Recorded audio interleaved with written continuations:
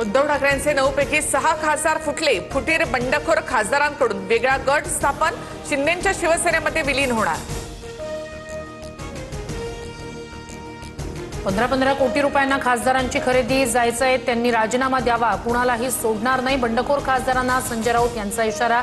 राऊत लोकसभा अध्यक्ष ओम बिर्ला यांच्या भेटीसाठी. ओमराजे निंबाळकरांच्या वडिलांच्या हत्येबाबत काल 20 वर्षांनी निकाल येणार होता. मात्र तो पुढे ढकलला. निकाल बाजूने हवा असेल तर आमच्या सोबत या, असं ओमराजेंना सांगितलं. संजय राऊतांचा दावा. ठाकरेंच्या शिवसेनेच्या पत्रकार परिषदेत खासदार राजाभाऊ वाजेंची उपस्थिती. मागच्या 3 ते 4 महिन्यांपासून ऑपरेशन टायगर सुरू. 14 एप्रिलला एक कमिटी भेटून गेली. मात्र ऑफर्स नाकारून वाजे ठाकरेंसोबतच. राजाभाऊ वाजेंच्या वडिलांचा दावा.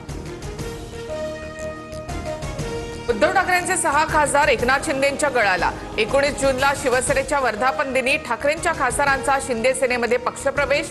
गोरेगाव नेस्को सेंटरमध्ये सोहळा होणार. सूत्रांची माहिती. बंडखोर खासदारांना कायद्याच्या कचाट्यात अडकवण्याचा ठाकरेंच्या शिवसेनेचा प्लॅन. संसदीय दलाची उद्या तातडीची बैठक. उपस्थित राहण्यासाठी सर्व खासदारांना व्हीप, अन्यथा शिस्तभंगाची कारवाई होणार. भाजपकडे स्वतःचे नेते बनवण्याची ऐपत नाही. डिलिमिटेशन बिलावरून भाजप सुडाने पेटून उठलाय. खासदार फुटीवरून अंधारेंचा आरोप.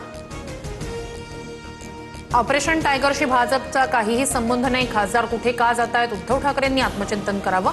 ठाकरेंच्या खासदार फुटीच्या प्रश्नावर मंत्री चंद्रशेखर बावनकुळे यांचं उत्तर.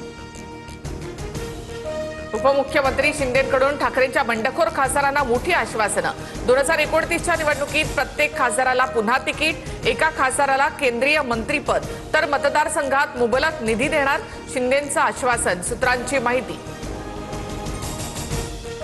शिंदेंनी केलेलं ऑपरेशन टायगर नाही तर ऑपरेशन गिधाड. ठाकरेंच्या खासदारांना 25 कोटींपेक्षा जास्त पैसे दिले असतील. मोदी सरकार पश्चिम बंगाल आणि महाराष्ट्रात पक्ष फोडतंय. नाना पटोलेंचा निशाणा.